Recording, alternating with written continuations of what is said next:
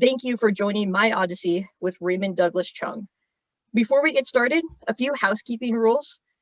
Please note, your camera and microphones have been turned off automatically. We have enacted these security features to ensure program quality and presentation quality throughout the program. Also, if you want to improve your view of the program, make sure to hide non-video participants. We have been sent instructions on how to do this in your emails and as well as in the chat. If you have any questions for Raymond throughout the program, please send them to Zoom account CHSA Q&A. You have the choice to ask the questions directly to Raymond, or I can ask them for you. We will also be monitoring the chat to collect your questions throughout the program. We also encourage you to feel free to interact with others and use the chat room feature.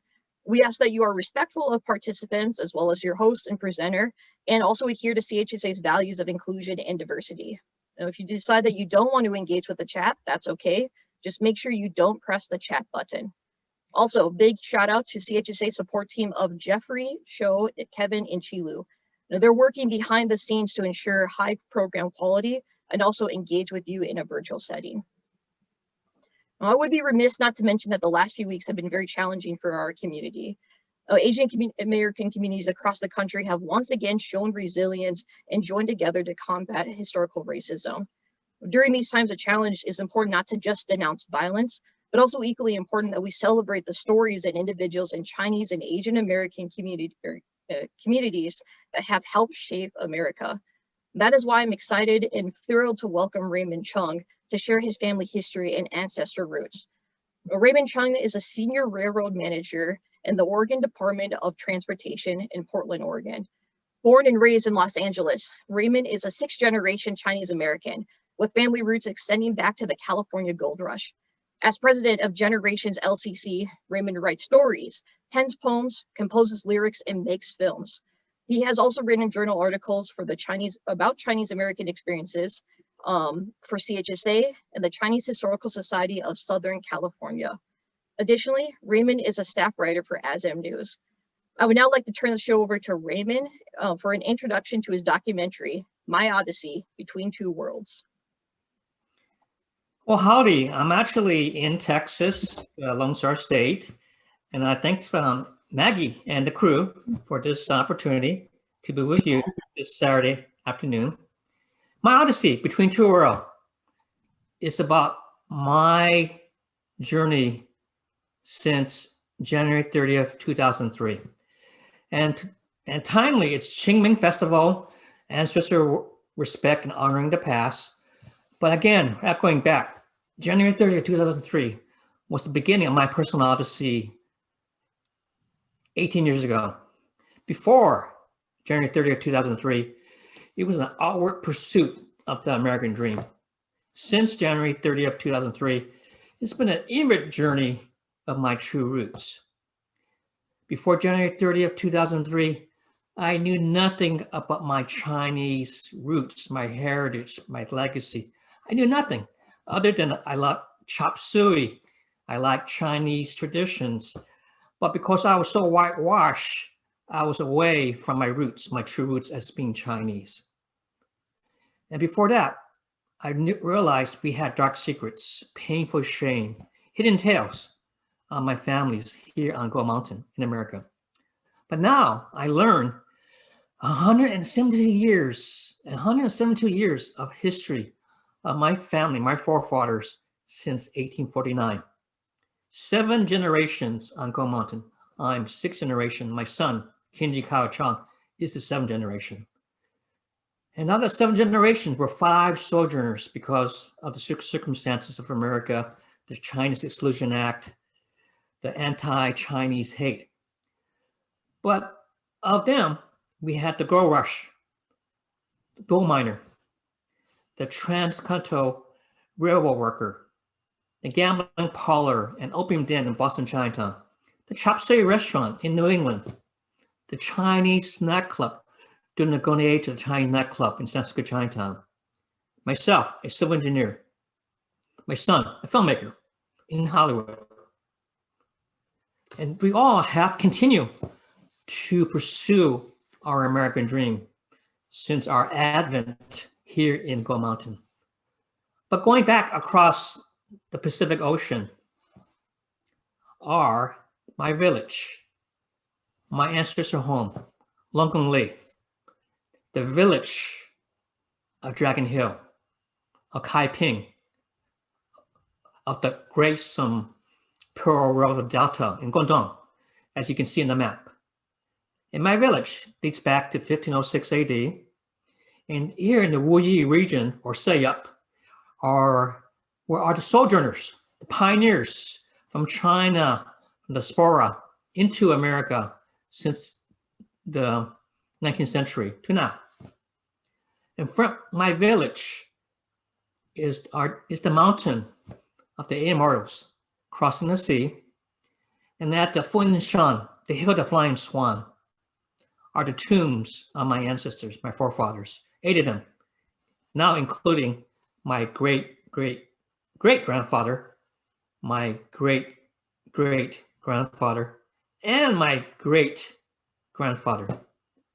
So I have come full circle as a fallen leaf across America to China. So this is my odyssey between two worlds. Well, thank you for the presentation. It looks so different from a year ago when we had the half-hour version. Now it's right. That's what I was thinking. Story. For context, last year we showed part of Raymond's film. It was one of our last in-person programs as part of our Chinese New Year celebration, and it was only a half an hour long. And yes, it's very different. So if you've seen it twice, you're probably like, well, this is a completely different thing. Actually, I'm looking at it too. It's like, wow. Yeah, but I learned a lot more. Yeah, I was watching it, and I've seen it, the original version, a couple times. I'm like, this is great. There's so much more, and especially we'll get more to that in the Q&A. But yeah, I'll turn it over to you, and I will hide myself for a bit. Okay. Well, thanks, Miss Maggie and the crew. My reflection is I'm moving forward. I'm hoping to get more funding to do what I call the completion phase of my film, to get it into a PBS caliber or standard, to have more talks across America when the pandemic is over. I want to show this film in our China, in Beijing, in Guangzhou, in Kaiping, and in my village. I want to present that film later at a certain point. Other things I'm working on myself, I'm working on a program called Perpetual Foreigners or Modern Minority. I'm working on that particular program. I'm also going to be doing a TED Talk, The American Dream, the Zhang Clan Odyssey on Go Mountain. I may be doing a e-learning series with Open Sesame in Portland, Oregon. Next month in May 2021, I'll be engaged in a civic forum about anti-Chinese hate, how we as Chinese Americans address the hatred culture in America. For 2 publications, one is the Chinese Historical Society of America History and Perspective Journal. I'm writing a story of my doctor who delivered me, Dr. Julius Fuyi Su, the godfather of Los Angeles Chinatown. For the Chinese Historical Society of Southern California Gunsum Journal, I'm writing a hidden story about the Santa Barbara Chinatown from roughly 1860 to the 1990s and 2000. And next month for ASM News, during the Asian American Pacific Islander Heritage Month, I'll be writing a story about 5 trailblazers, Chinese, Japanese, Korean, Vietnamese, Indian, who have contributed well to the American dream here in America. And I'm also working on another article on a flying tiger, Moon Chin, during World War II. I'm also editing a children's book, a series of children's book right now. So beside my day job as a civil engineer, I'm engaged, but what I'm sharing with you is my passion is our heritage as Chinese Americans, and the time is right to us to present the truth of our sacrifices, our struggles, of our forefathers, our foremothers. Here comes some, but probably stand firm together to pursue our American dream. Here in Go Mountain comes some. So I have that fire in me, and I hope that I can inspire you to move forward together as Chinese Americans to pursue the American dream. So that's my reflection, Miss Maggie. Okay, thank you, Raymond. So now we're going to turn it over to Q&A. We are running a little bit ahead of schedule, which is awesome. We love being efficient, and that means that we might end a little bit early, or that's time for everyone to ask tons of questions. So some of you have already submitted questions to our chat, or to Show. He's running the CHSA Q&A account, so you can continue submitting questions to him. We are also monitoring the general chat if there's questions that are coming up. If you do that, then what was happening behind the scenes is that we are documenting the questions to put them in a logical order and to make sure we're not asking questions twice. So I'm going to just start with some questions that I came up with since, working with you, Raymond, and also watching the film. Sure. And then we're going to start getting into audience questions. So my first question that I wanted to talk about, because the reason why we decided to show your film today was because the Qingming Festival is tomorrow. And so one of the questions I had is that, did you know about Qingming before you visited your home village, and how or do you continue to celebrate Qingming? As I mentioned to you, I was really whitewashed growing up in Los Angeles near Hollywood. I was being brainwashed to think the Anglo-Saxon way of living and to dread my Chinese history, because remember, at that time, there was the culture of fear of the Cold War. The Russians, the Chinese, the Cubans. So my mother and father intentionally wanted me to learn English and forget my past, because it was very shameful to think that you're Chinese because of that tension. So that's a little context of what I knew of my Chinese tradition were very limited, other than, of course, dim sum. That was my limitation, some sprinkling of Chinese teaching in Chinatown, but my Chinese heritage was intentionally pushed back because we were pursuing the American dream, and to do that, you had to really be focused, not be distracted by that Chinese. At the same time, there was anti-Chinese hate. I was bullied, of course. I was called Chinaman, Gook, whatever, and I was kind of puzzled why. But now I see the big picture of what has happened since the arrival of the first Chinese in the 19th century to now. So I have a broader perspective of the Chinese experience in terms of hatred. Even though we try to assimilate, become the modern minority, as they call it. But the truth is, since our footsteps into the first port, San Francisco, we've always been stigmatized, discriminated, harassed. So now I'm a richer, fuller person with appreciation for my forefathers, especially my father, who was our quiet man, who never talked about any of this. What I have to tell you absolutely is the truth. I knew nothing other than I liked Chinese food, chop suey, dim sum. Other than that, I was very whitewashed. I think that that's a very important point that you bring up, is how you related to your roots, your Chinese American history, and that's great to give that kind of context of what was happening at that time. And I'm sure many people who are joining us today feel the same exact way.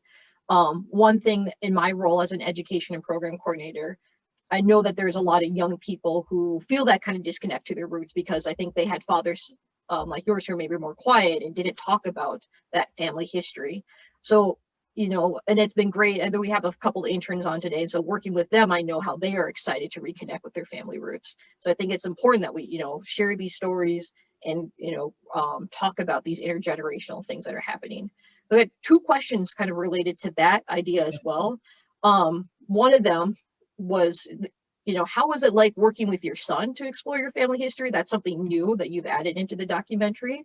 And then another question came from Edith about how have you wondered, or are you concerned about younger generations of American Chinese who don't have a genealogical or geological interest? First part of your question is, but my son, like my mother, he thought I was totally crazy, very obsessed. He did not get it. I said, why is that? Looking at all these ancient papers, these folders. Why is he looking at these pictures like a microscope, trying to translate it? Why was he going to China? But now, as he gets older, he is now 22 years old. He understands clearly what my menace had a good rationale to find my roots, not just in America, but in China, and create a fantastic saga of my family, the Zhang clan, here on Go Mountain, and also discovering my generations back to the Zupu, the family tree, going back to the Yellow Emperor, Hongdi, 2010 BC. So now I know I'm 158 generations back to Hongdi, to 2710 BC. The second part of your question is the new generation. This is my effort to inspire, to outreach to those who were not aware of their heritage, whether they're old or young. It is the opportunity to seize that moment, to trace it when everyone you know, the elders, your parents, your uncles, your cousins are alive. Capture that moment, record it, document it right now. Because in my case, when I started in 2003, my father was dead, my grandparents dead, all my uncles and aunts were dead. I had to find some kind of rationale and patience, and again, madness to do what I have discovered in my odyssey between the two worlds. Okay, thank you. Oh, I had another question kind of related to your family and your father that just came up in the chat. Do you know if your father communicated with his family back in China? I honestly do not know at all. And the sensitivity was he was working for a Lockheed Aircraft Company for the military, building military aircraft. And he didn't want to give any hint of communicating, most likely, I'm thinking out loud, you communicate with Red China because he could be influenced and share secrets. So most likely he did not want to communicate with anyone in Red China because of the culture of fear in our society at that time. And just a reminder, so your father was working at Lockheed Martin after World War II, right? So it would have been during the Cold War period. Yes. Okay. From 1950 on to 1979. Right. And then, for those of you, not only was it the Cold War period for, people would know that, but then there was also like the Chinese confession program at the time. So there was extreme. Yes. From 1956 to 1965, there was a confession program to portray your cousins, your relatives, in order to get the naturalization certification. Yeah, so that definitely is going to have a big disconnect between what is happening in the United States and happening on the mainland. Another question that we had was, so at the beginning you talk about, visiting the home village, you have the footage there.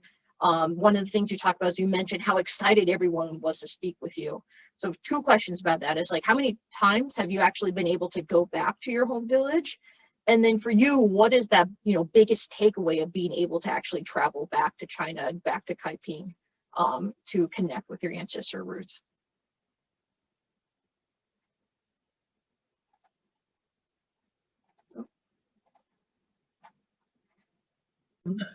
Okay, so, not my end. Okay. This is why I'm operating on 2 different devices, so just in case. Anyway, I'm not sure where the question cut off, but what I was asking was, how many times have you been to your home village? Have you been able to go back since 2007? And then for you, what is that biggest takeaway of being able to go reconnect with your family roots by visiting that home village? I first arrived in the village, Longli, the village of Dragon Hill, on November 27. And since that time, I had this passion to know more, to find the truth. And I have visited annually up to recently. Because of the pandemic, I have not been able to go back. But I cherish their struggles and sacrifices in that farming village. Life is very simple, very basic. uh, well water, farming, the pigs, the ducks, the vegetables and fruits. Very simple. But amidst that land it's a paradise. The rivers, the mountains, the birds, the cicadas, the butterflies. That is, in my mind, the simplicity, the purity of that is paradise. And that is what has drawn to me to my village in Kaiping. Okay. Okay, next question. Katie wants to know if you could give like a brief timeline of your life, not your family history, but just like your life in general. Timeline of my life. That's an intriguing question. I was born in 1956 in the heart of Chinatown, New Chinatown, at the Old French Hospital, delivered by Dr. Julius Fouilly Su, the godfather of Los Angeles Chinatown. I live in a place called Elysian Valley near the Los Angeles River, near Dodger Stadium, otherwise known as Frog Town, because it was layered with frogs every season. Went to Marshall High School in Los Angeles, near Las Feliz, near Hollywood. And I went to a small school called University of Southern California and graduated in 1977, had a sorted career in both in government and consultancy. I have a master's degree from San Jose State University. I'm certified in many credentials. I'm also a professor over at Shandong Jintong University in Jinan. I have written stories, articles, of course, make this film, written poems, making presentations. I have lived in Los Angeles and in Oakland, now in Sugar Land, Texas, and have a broad experience in travel. But my focus has been, since 2003, has been in China, and I have grown as a individual. I'm more inspired, and I'm more cognizant of my roots, the knowledge, the history, the culture, the cuisine of China. So I'm a different person than I was before January 30th, 2003. Okay. So that's a little snapshot. Let's go back to the home village. Edith had a question. She said that you documented the architecture of your ancestral home. Do you have any updates or plans for the future of the home? The home is in what I call deplorable condition. The roof has deteriorated. There's holes, there's water seeping in. I haven't decided what exactly to do it because I don't have to clear title of the house. That would take another bureaucratic act over there in China to get title to make it worthwhile. But it could be a national historical treasure. No, I'm exaggerating. I have no plan right now. Okay, I thought that was really interesting too. I think you talked about that in the earlier version last year when we watched it, but when I was thinking about it now, it's like in the US, if there was an open home, what would someone do? And it would just like, I don't know how long it's been sitting empty, but yeah, it's just sitting there still for you. It has sat empty since around roughly 1955 when my grandmother left for Hong Kong, and it's been used for storage. Then of course, during the Cultural Revolution, we had a fancy altar, and of course, the Red Guards destroyed everything inside the house because it was ancient. Mm-hmm. So it's basically a shell of a house used for storage, and that's about it. Okay. So one of the questions I was Edith had another question, and let me just read through there. So she said that China as a country puts efforts to make and keep current links with overseas Chinese. And so she really thanked you for sharing your experience with the Kaiping Overseas Chinese Museum. Do you know if this is unique to China or if there's any other countries that do the same for other, people overseas? Or I know there's like the Chinese diaspora to other parts of the world. Okay. It's something that's very unique. I just want to share the type of museum. There's the Kaiping that we just saw in the film. Yeah. In the major city, Qingming, there is another overseas Chinese museum. In Guangzhou is a bigger one. And in Beijing, there's a national overseas Chinese museum. It's fantastic. It's a most sitting level type of museum. I've been there. Mm-hmm. So there's a lot of connections. I don't know any other country has the same connection, but I know the overseas Chinese has a tremendous mark in the Chinese mind right now. Yeah, I know that is something. I mean, you worked with My China Roots in the past, and I know like they do a lot of documentation or help with that. Right. You know, documenting and finding those connections of people who have left their home countries. But as far as I know, there isn't another like country or in Asia or throughout the world that kind of has a museum dedicated to. Not to my knowledge, Maggie. Yeah. Yeah. So if you find one, share it with us. I was also trying to look while it was happening in the film. I was trying to find a link to the museum, and I couldn't find one, at least not in English. So, you know, if you have a, you can. Okay, yeah, that would be awesome to learn more about. I can't answer right now, but Yeah. I can find information. We can do that in a follow up. Okay, so the next question comes from Naomi, and I think this relates to some of the research that you're currently doing. She wants to know that if, you know, in any ways, do you think that the American black and white racial tensions influence the ways in which 19th century Chinese immigrants to the United States saw America as a land of opportunity? Can you repeat that again, Miss Maggie? Yeah. So she asks, do you think the like racial tensions between like the American black and white community influence the ways in which 19th century Chinese Americans saw America as a land of opportunity? My answer to that is, ever since the founding of America, it's always been predominant white bias or preference. Mm-hmm. So whether you're yellow, black, Hispanic, you were going to be discriminated because you were the competition. You were the foreigner. You were not anglicized enough to be acceptable, even in the founding of America since that point. And Congress has always been discriminated against people of color. So it's a common thread. It has not changed, whether you're black, brown, yellow, or Native American. It's always been like that since the arrival of the Americans or the foreigners from the Europeans in the 17th century. So it's been a constant thread that there's always the aura of the manifest destiny for America to possess lands, to be superior, to be the savior. Same thing reflecting back to the century of shame, humiliation. It was context of riches of China, but also to brainwash the Chinese by having missionaries to save their soul because they were doing ancestor worship, devil worship, things of that nature.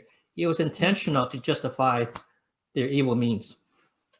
Right. And I think so. If those of you who aren't familiar also with the CHSA and our exhibit that we have on display right now, it's called Chinese American Exclusion and Inclusion. And some, you know, in the exhibit and also some of the research I've been doing talks a lot about how the people who, you know, who supported slavery or who wanted slavery, who were anti, you know, Black at that point in time, were also the same people who were saying the Chinese cannot be in the United States. So I think there's definitely a connection, because like after the Civil War, the attention turned from keeping or making sure slavery was the law of the land of the United States to then making sure the Chinese couldn't immigrate to the United States. So those kind of connections continued on, and it was just in a different way.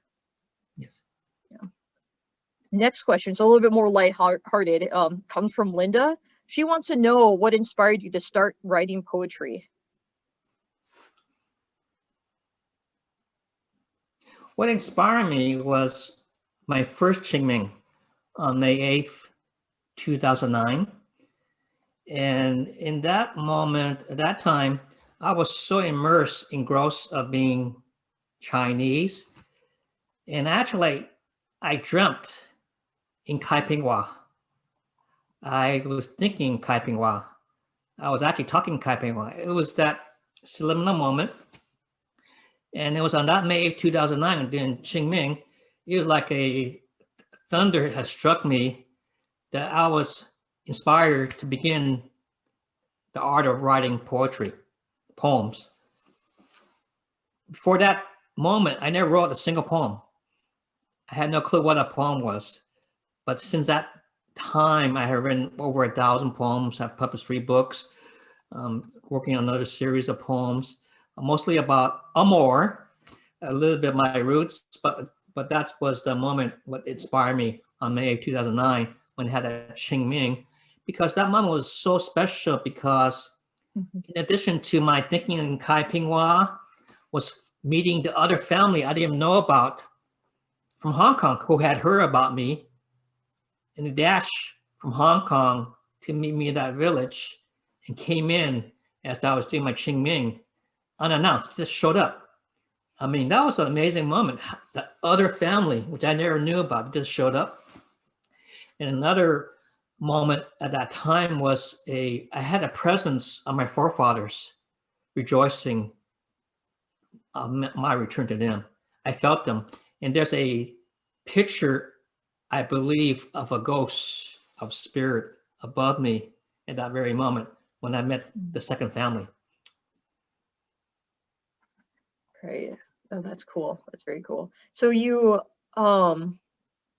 so really it was, that having that reconnection, and now that's something like, I always think it's, I know that you kind of do stuff with like engineering, and then now you're doing writing, usually two very different disciplines, and to know that you're trying to you connect with both, that's really cool. Well, people consider me bipolar.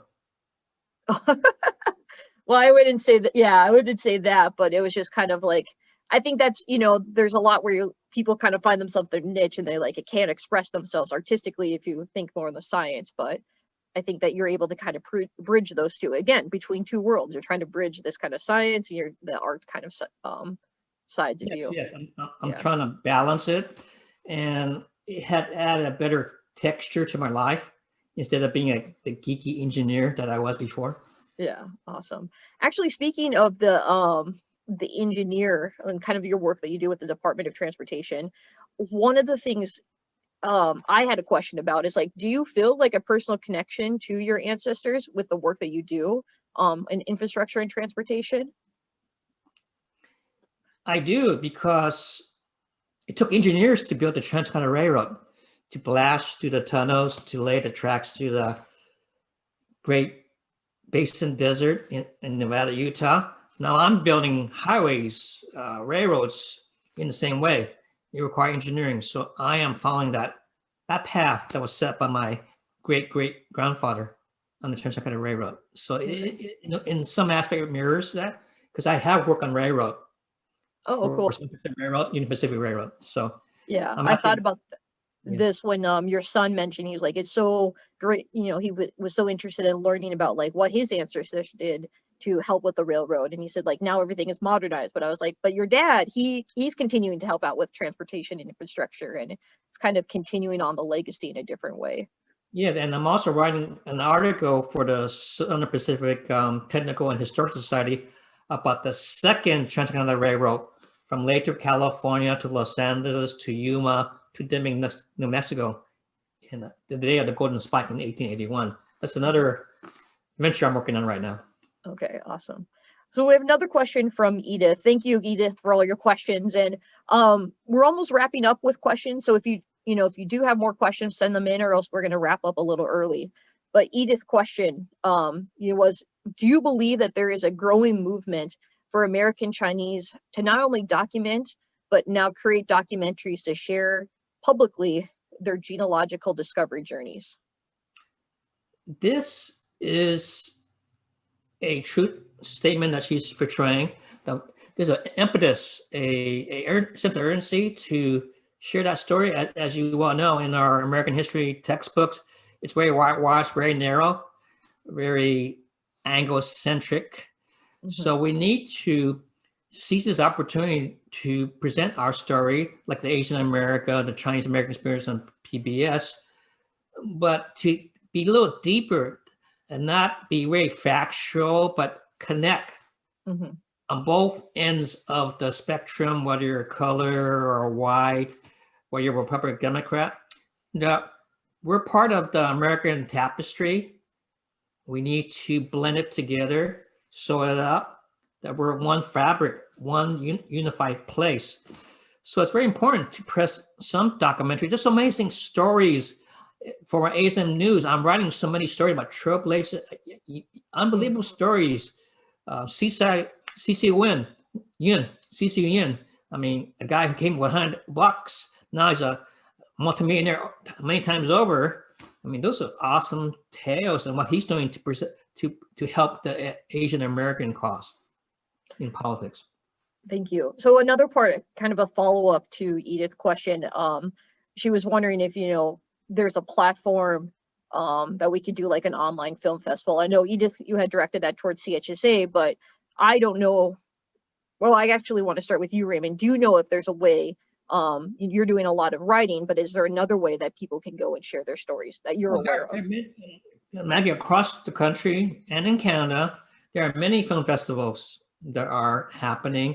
Some are very Asian-centric, some are mainstream with documentary component. There are plenty of documentary out there. So they're out there across, especially in Los Angeles and San Francisco.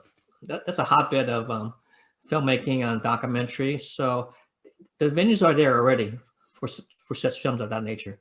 Okay. Do you know of like what is the best way, or platforms available to kind of share the stories? Like if you don't have the ability to go and do a film festival, are you aware of anything?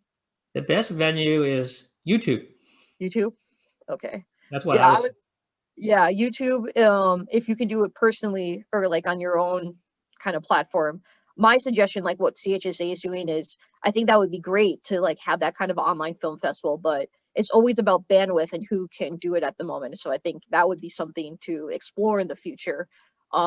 Since we have a little bit lower bandwidth, like one of the things that we've been doing are we have a project where we're trying to share the individual contributions of Chinese Americans, and we share those on our social media platform. And then we also have a platform a blog called Community Connection. So if, I guess, for those of you who are, Raymond shared his story or some write-up, we shared this past Friday. If you have a story that you want to share, your family history or your connection to your family roots, like you can always submit that blog post, because the intention of the blog is to share these individual stories, because I think for so long. Or, since I'm a writer for ASM News, if you have a compelling story that has a lot of interest, human interest in particular, I can collaborate with you and create that story and post it in ASM News, which is having a bigger reach now in light of the pandemic and the Asian hatred, that we need to put those stories out there, the success stories. And yeah, I think that's the big thing, is that, for those of you who are joining and, speaking with your families, like, yes, these are stories that need to be shared. And at one time I was speaking to one of our volunteers, and it's, we need to share these stories now because they will be lost. I think there's, since I've started working at CHSA, like I hear people talk about San Francisco's Chinatown, and you can't Google this information. Like it's the stories and these experiences that you get from talking to people who have lived in the community for so long. And I know that's, that's just San Francisco's Chinatown that has a rich, vibrant history. There's histories across the entire US, across the world. So, reconnecting with these stories, doing the research, and finding venues that can share them is extremely important before we lose like Maggie, I read that story for the CHSA History and Perspective Journal of Colonel Roland Chin Wan, son from a family of 15 from Omaha, Nebraska to San Francisco, jet fighter pilot during the Korean War. And I start from scratch with no background, and I created a whole storyline of about 8,000 words with pictures, and there's only 1/10 I could provide at that time. So if you can do it, I can do it. Yeah, and I think that's exactly it. We need to find the stories, write, see what we can keep adding. And they're not just, once it's published, it's not ending there. Like last year, this documentary was 30 minutes long. There's always more that you can add and continue to making that a rich history. Yeah, and more context, more texture to it. Yeah. Okay, we'll go back to the regular questions. We have one more question from Edith. She wanted to know if you found any hesitation from elder ancestors to be open about their past and respond to your questions and inquiries. It's a chancy response. Each individual has their reason of either being open or closed. I don't push it. If they're transparent and like I am with a good rationale, I hope they can buy into it. But at times I do get pushback because of the shame of the darkness, the secrets, the ugliness of the situation, whether it's immigration, fake papers, scandal. Those are the hidden stories. But over time, being what we call passionately persistent, I get my story eventually. All right. Thank you. I'm going to ask you a couple more questions. If anyone else, this is the last chance from audience. If you guys have questions you want to have Raymond answer. So we have a question from one of our interns, and he asked, how is your home village changing? And how do you feel when you observe these changes when you have come back to visit multiple times? I'm grateful that the village is the way it was 500 years ago, but there's always the tension of modernization. There's a fear that the big brother from Beijing, the master say, hey, for industrialization, we got to wipe out the village to create a better benefit. That's my worst fear. But for now, because of the significance, having that dialogue, the castle in the sky, for me, advertising, promoting about it, it's very remote chance of that because I think it will be perpetuated. But the downside is a dying village with elders and little kids, and that's about it. My worst fear, it will be a ghost town eventually. And how many people live there right now? Do you know? Well, when I first came in 2007, it was roughly 250. Now it's roughly 100 or so now. And it's mostly like an elderly population. Right. At the peak was 500 people. 500 people. When you say the peak, was that like a couple generations ago, or a couple generations ago, sometime during the course of after World War II? Okay.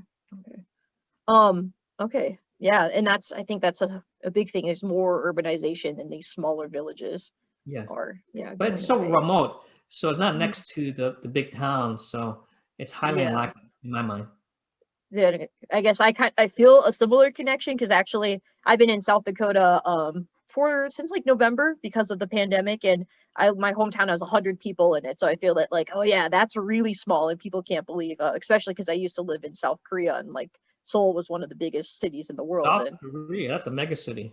Yeah, Seoul was so different, and so now I'm like, like 100 people, it's so different, but we're not as isolated from everyone else, but it's very different. One more question. It's something that came up. You've done a lot of work with like restaurants, and I know you've given a couple different talks about restaurants. Yes. Maybe other people might know this, but I didn't know this. Can you explain the difference between chop suey and the Cantonese dish? Okay, that's a kind of distinction. When I say Cantonese, true Cantonese is what you eat in China. When you come over to America, because of the market, the majority of customers are American, you got to kind of modify the palate. So it's chop suey to adapt to the American palate or taste. Okay. Just a la like Panda Express. So it's a modification of what you think is Chinese to cater to the American market. So that would be like how we define chop suey is it's specifically catering to the palates in the U.S. Yeah, that's essentially. I mean, it's an extension, a modification, because in order to be successful in the restaurant business, you just can't cater to Chinese. You got to have a greater market. Like, for example, a Royal Restaurant in Boston Chinatown, they had both chop suey and American dishes side by side. Side by side. Okay, awesome. Well, then, looks like that's all the questions we have. Thank you, everyone, for joining. We're going to be sending out a link as well with some of the resources that we talked about to kind of get people connected. And I think we'll send that out Monday so everyone can, not worry about it over the weekend. But we're going to share resources that Raymond has shared, also ways that you can support the future of My Odyssey, and also share your family roots. Raymond, do you have any final thoughts before we log off for the day? Well, this is not my story. It is your story. And I'll be happy to present at whether in a different organization or to help you define your story or to write that story for ASAM News. I'm here. I'm excited. As you can tell, I'm passionate about this because we're all in the same boat. We are strangers from a different shore, but we can be unified as Americans here on Go Mountain. Yes, that is very true. And in regard to that, some of you have sent your emails. If you do want to connect with Raymond, please, you can contact CHSA. You can put it in your post-program survey, and we will have a way to connect you with Raymond so you can, connect with him, share your stories, and figure out ways that we can continue to share the story of Chinese Americans.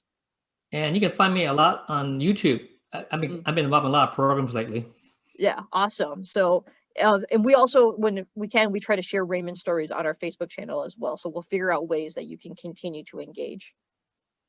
All right. Thank you, everyone. Have a good afternoon and good evening. And we will see you at our next program. Goodbye. Bye. Bye.